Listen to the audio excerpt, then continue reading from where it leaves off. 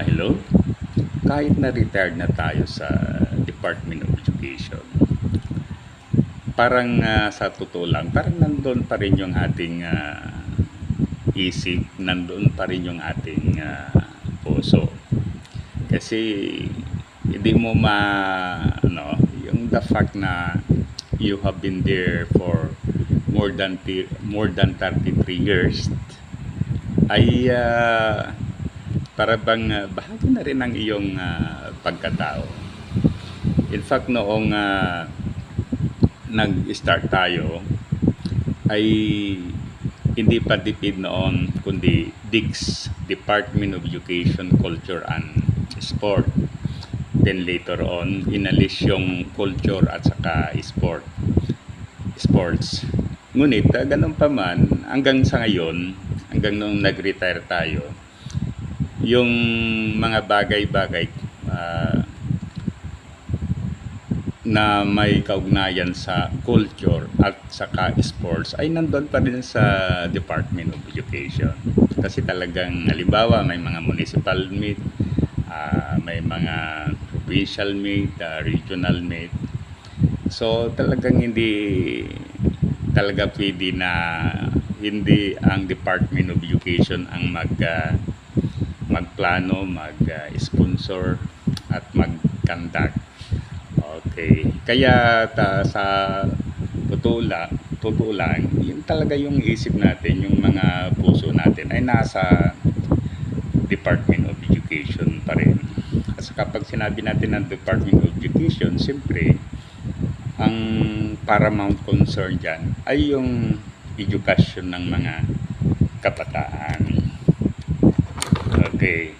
So, sabi nga natin, nandun tayo for more than 3 years. Kaya sa totoo lang, alam na rin natin yung mga ins and out sa departamento na yan. Ngayon na bukas may pinaplanong rally sa Manila. Hindi natin alam kung saan dyan. I think Liwasang Bonifacio. Hindi tayo hindi natin alam kung yung exact place. Ang rally na yan ay para mahikayat ang DepEd Secretary na si Inday Sara na mag-resign. Okay. Ngayon bilang retirees, ako ay pabor sa nasabing rally. Kasi isa na nakikita natin talaga, dapat ang isang DepEd Secretary ay ang kanyang pinaka-focus ay kung paano maiangat yung standard of education natin. Ngayon, hindi natin nakita yan doon sa present DepEd Secretary. Bakit natin masasabi ito? Ito yung natin, tinitignan natin yung mga policy statement, yung kanyang mga sinasabi sa kanyang speeches, public speeches, and so on. Ngayon, parang hindi natin nakikita yung focus kung paano maiangat yung level of education natin. Kasi ang pinaka-focus niya ay yung mawala daw yung armed conflict. So ang tinutukoy niya yung mga NPA, yung mga lefties na dapat sana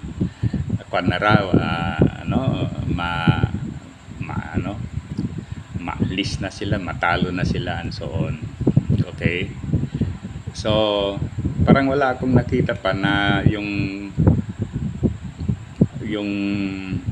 maglabas sila ng mga plano kung paano talaga maiangat yung natin, Okay. Kaya yon, dapat ang mamuno sa DepEd ay yung talagang ang kanyang focus, ang kanyang heart, ang kanyang fashion ay sa education. Okay, hindi yung kung paano malabanan yung mga NPA. Kasi ang trabaho na yan ay dapat nasa kapulisan, nasa militar, nasa mga law enforcement agencies. Ngayon, kung may problema ang Department of Education tungkol sa mga ganitong bagay, dapat lang siya mag-coordinate sa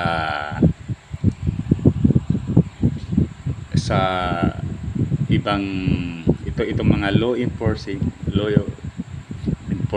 agency para ma-resolve yung whatever problem. Okay. Ano pang isang reason? Sa nakikita natin dito sa amin, wala pa akong nakitang mga buildings. Kasi talagang yan ang problem sa sa mga school, lalong-lalo na dito sa mga remote areas. Kulang talaga ang classroom.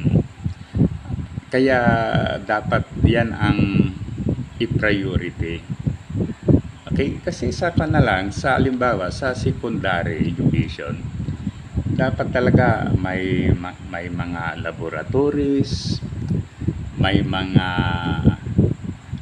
yung mga vocational shop, may mga computer rooms, at saka iba pa, para talagang matuto yung mga estudyante.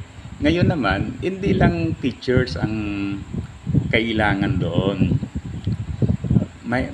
Dapat mayroon din yung mga support staff like guidance counselor,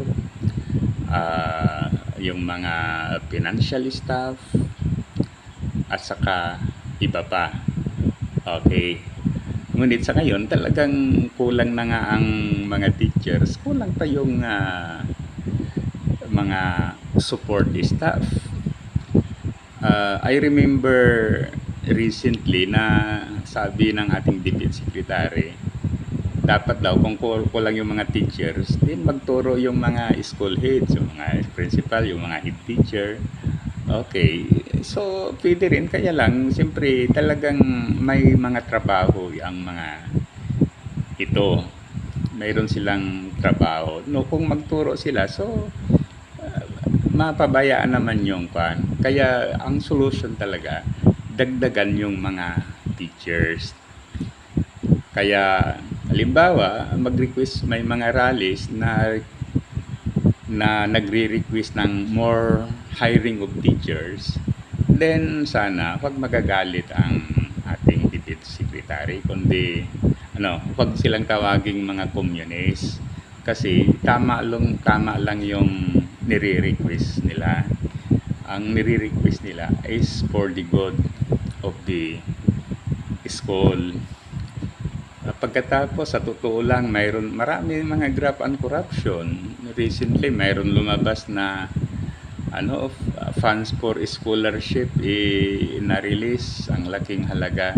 Yet, wala naman makitang halimbawa, dito sa school dito sa amin, wala naman si anak ni ganito, nabigyan ng scholarship and so on.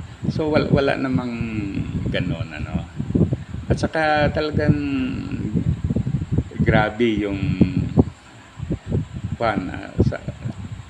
yung desire sa paggawa ng iba't pang bagay beside yung trabaho sa Department of Education. So, lang ito. Wala tayong bad intention sa ating Deputy Secretary, but din sa palagay natin, dapat mapalitan siya ng isang Deputy Secretary na talagang ang kanyang passion is sa education. Pagkatapos mayroon yung kanyang experience ay something na talagang makakatulong kung paano maiangat ang ating level of education.